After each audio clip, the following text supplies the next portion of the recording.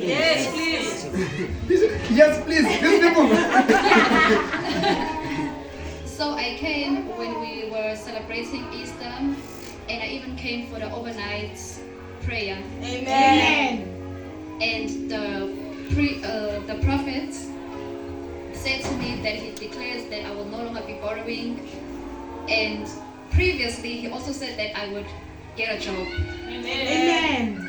And I am currently working at the Capital Hotel. Amen. I'm still, it's hospitality industry, right? Yes. At this time, they don't really like to hire people. They instead fire people. Yes. So I'm very privileged because it's winter and it's off season. Usually they take when it's season, like going into August, September. So I'm just really grateful. Amen. Amen. Now I thank you for Jesus.